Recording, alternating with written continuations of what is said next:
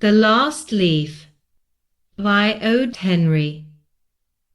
In a little district west of Washington Square, the streets have run crazy and broken themselves into small strips called places.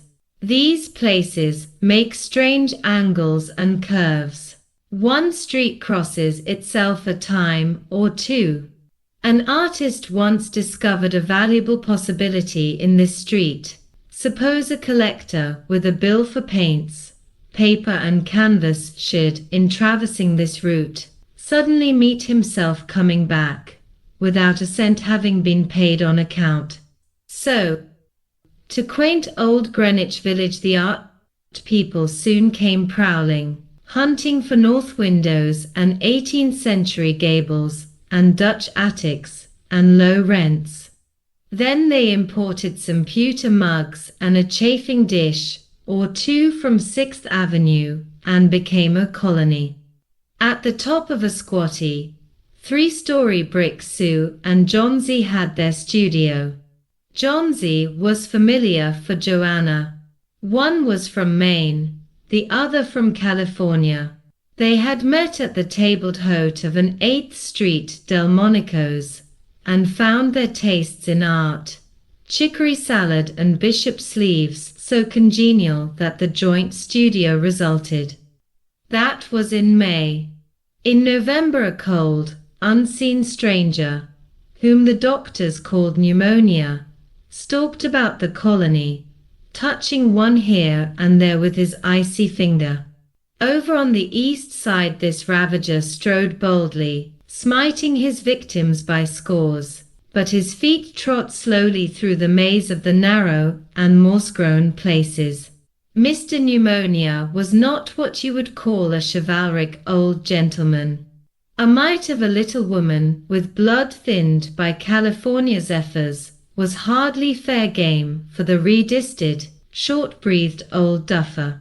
But Johnsy he smote, and she lay, scarcely moving, on her painted iron bedstead, looking through the small Dutch window panes at the blank side of the next brick house.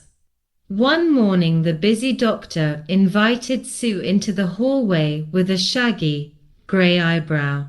"She has one chance in, let us say, 10, he said, as he shook down the mercury in his clinical thermometer, "and that chance is for her to want to live. This way people have of lining up on the side of the undertaker makes the entire pharmacopoeia look silly.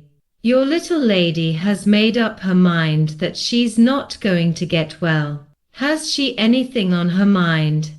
She wanted to paint the Bay of Naples some day, said Sue. "Paint, bosh. Has she anything on her mind worth thinking about twice? A man, for instance?" "A man," said Sue, with a dew-sharp twang in her voice, "is a man worth, but no, doctor, there is nothing of the kind." "Well, it is the weakness, then," said the doctor. "I will do all that science, so far as it may filter through my efforts, can accomplish. But whenever my patient begins to count the carriages in her funeral procession, I subtract 50% from the curative power of medicines. If you will get her to ask one question about the new winter styles in cloak sleeves, I will promise you a Oninive chance for her, instead of 1 in 10. After the doctor had gone, Sue went into the workroom and cried a Japanese napkin to a pulp. Then she swaggered into Johnsy's room with her drawing board, whistling ragtime. Johnsy lay, scarcely making a ripple under the bedclothes, with her face toward the window. Sue stopped whistling, thinking she was asleep. She arranged her board and began a pen and ink drawing to illustrate a magazine story. Young artists must pave their way to art by drawing pictures for magazine stories that young authors write to pave their way to literature.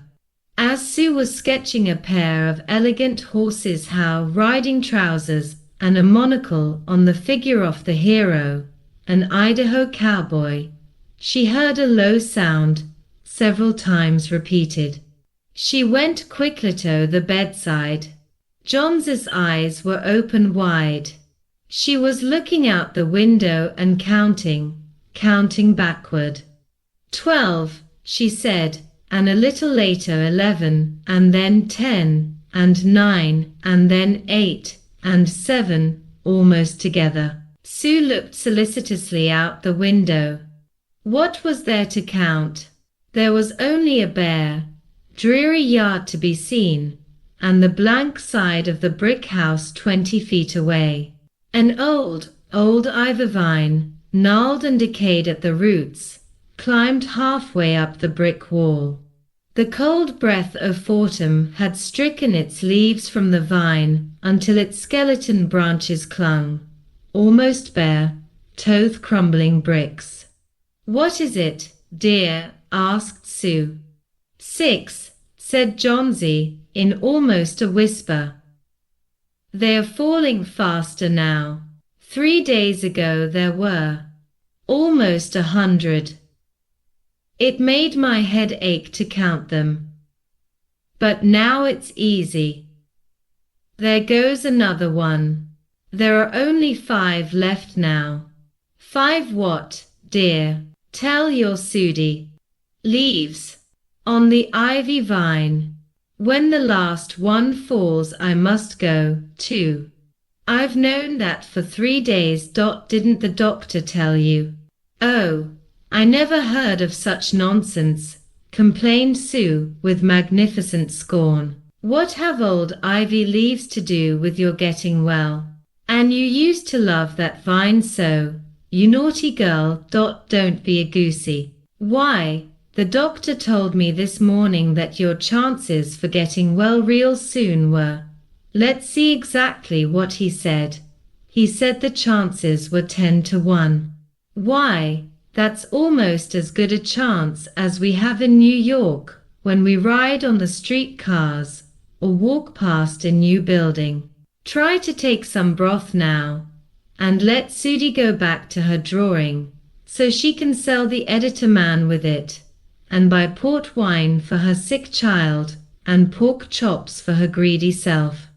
You needn't get any more wine, said Johnsy, keeping her eyes fixed out the window. There goes another. No, I don't want any broth. That leaves just 4. I want to see the last one fall before it gets dark. Then I'll go, too. Johnsy, dear, said Sue, bending over her, will you promise me to keep your eyes closed, and not look out the window until I am done working? I must hand those drawings in by tomorrow. I need the light, or I would draw the shade down. Couldn't you draw in the other room? Asked Johnsy, coldly. I'd rather be here by you, said Sue. Besides, I don't want you to keep looking at those silly ivy leaves. Tell me as soon as you have finished, said Johnsy, closing her eyes and lying white and still as a fallen statue, because I want to see the last one fall. I'm tired of waiting. I'm tired of thinking. I want to turn loose my hold on everything and go sailing down, just like one of those poor, tired leaves. Try to sleep, said Sue. I must call Behrman up to be my model for the old hermit miner. I'll not be gone a minute.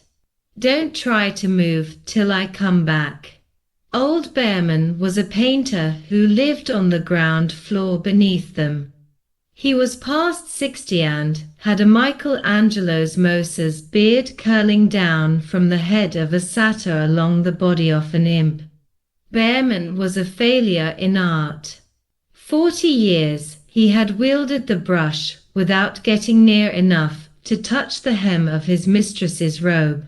He had been always about to paint a masterpiece, but had never yet begun it.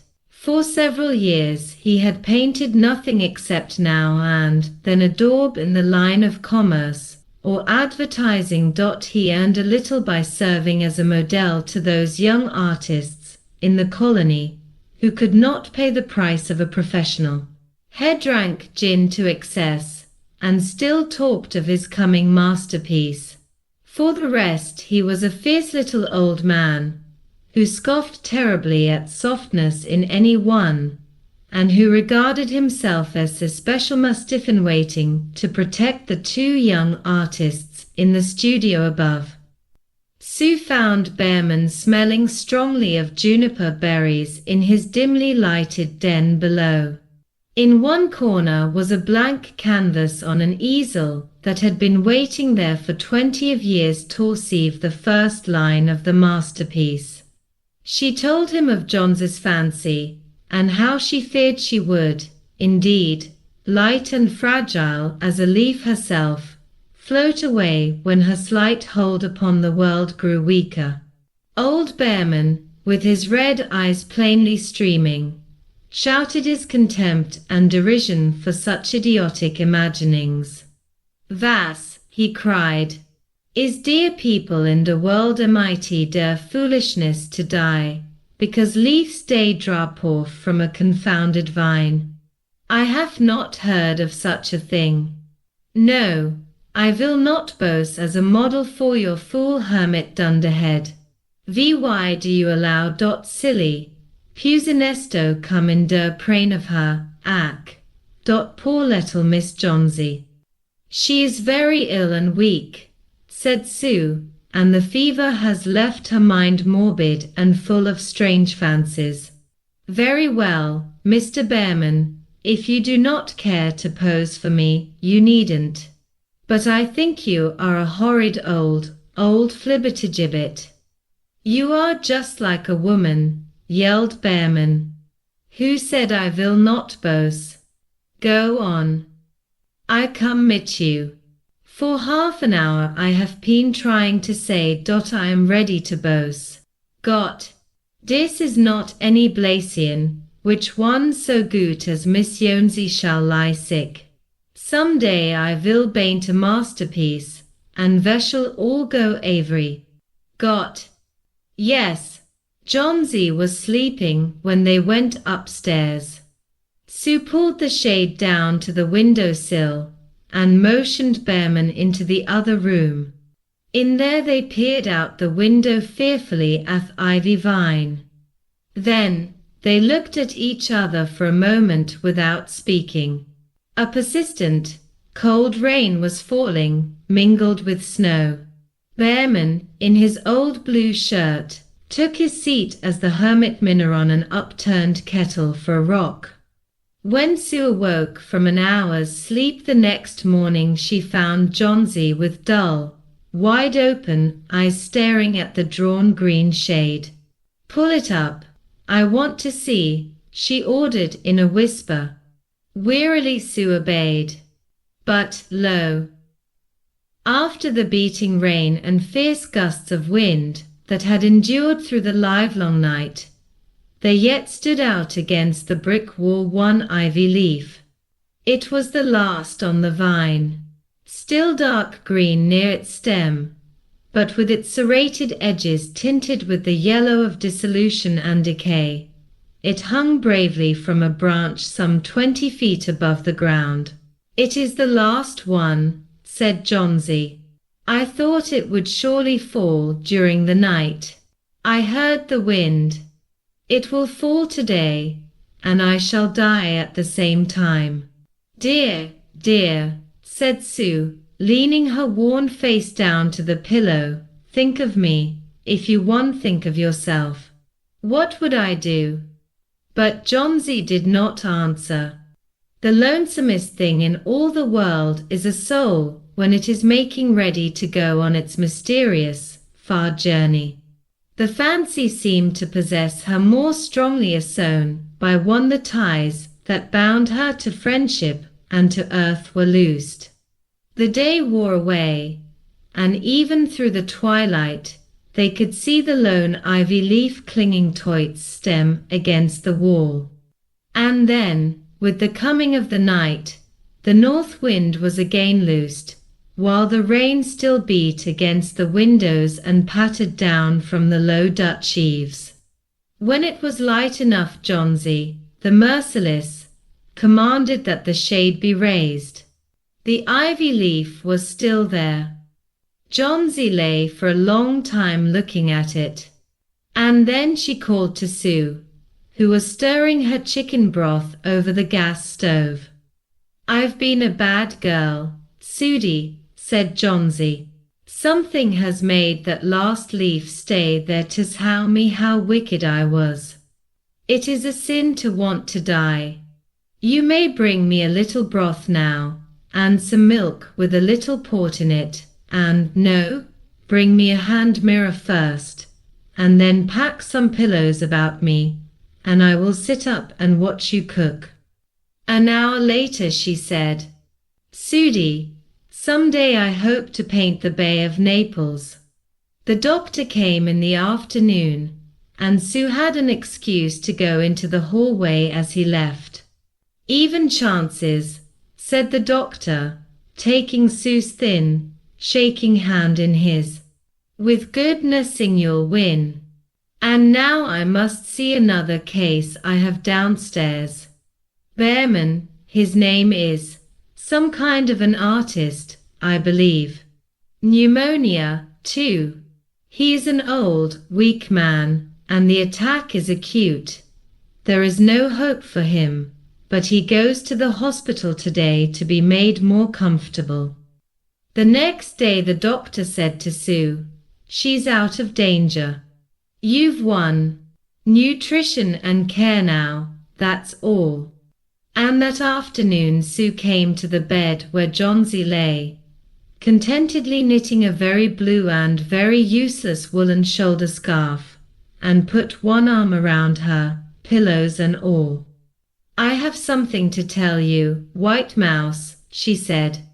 "Mr. Behrman died of pneumonia today in the hospital. He was ill only 2 days.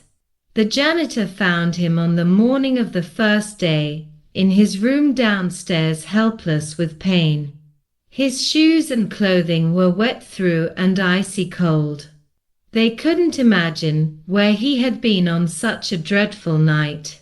And then they found a lantern, still lighted, and a ladder that had been dragged from its place, and some scattered brushes, and a palette with green and yellow colors mixed on it, and, look out the window, dear, at the last ivy leaf on the wall. Didn't you wonder why it never fluttered or moved when the wind blew? Ah, darling, it's Behrman's masterpiece. He painted it there the night that the last leaf fell." The end of the story. Thank you very much for listening to The Last Leaf by O.Henry. Please subscribe Kenshin channel if you are interested in literature in general, including worldwide famous stories, Japanese ghost stories, Japanese strange stories and Japanese poetry. Thank you again. So long, everybody.